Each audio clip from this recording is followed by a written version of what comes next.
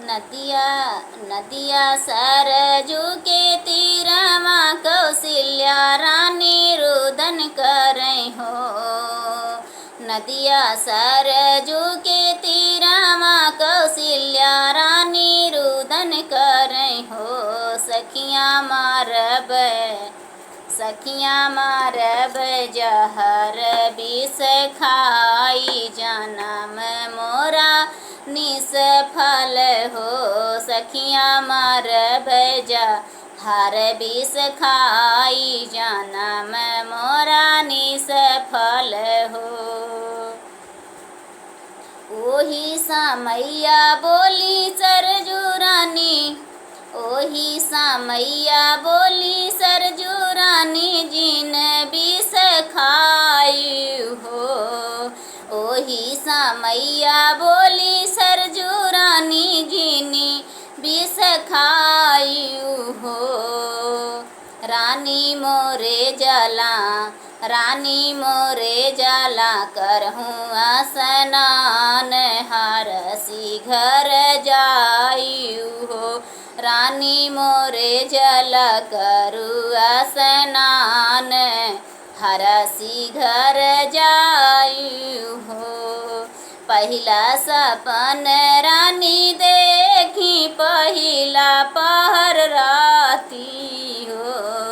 पहिला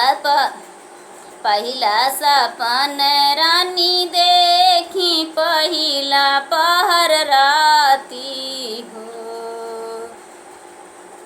ललना कोमल लाल अमोलवाया रान बीचे उपजय हो। ललना कोमल लाल अमोलवा आरान बीच उपजय हो। दूसरे पहर के सपनवा दूसर पहर राती हो।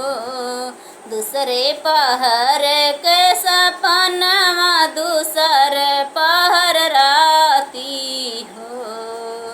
ललना सुंदर पुराइन फूल विधाता मोहे दीन हो।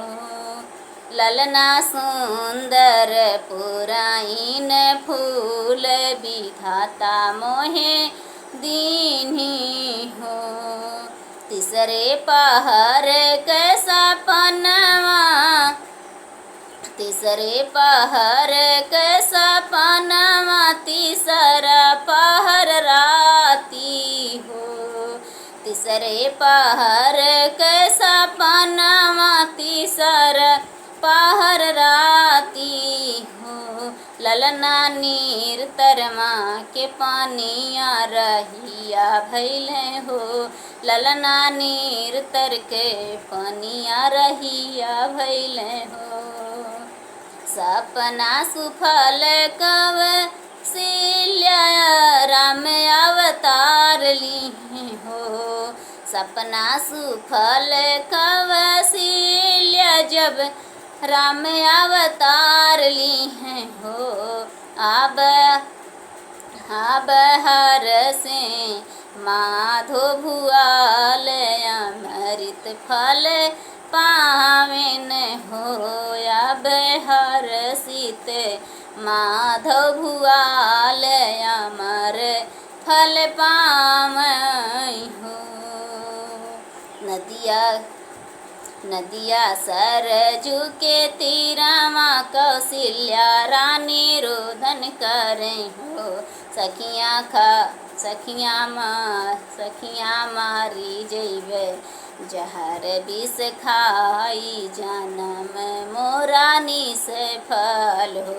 सखियाँ मारी जाबे जहर विष खाई जनम मोरा निष्फल हो।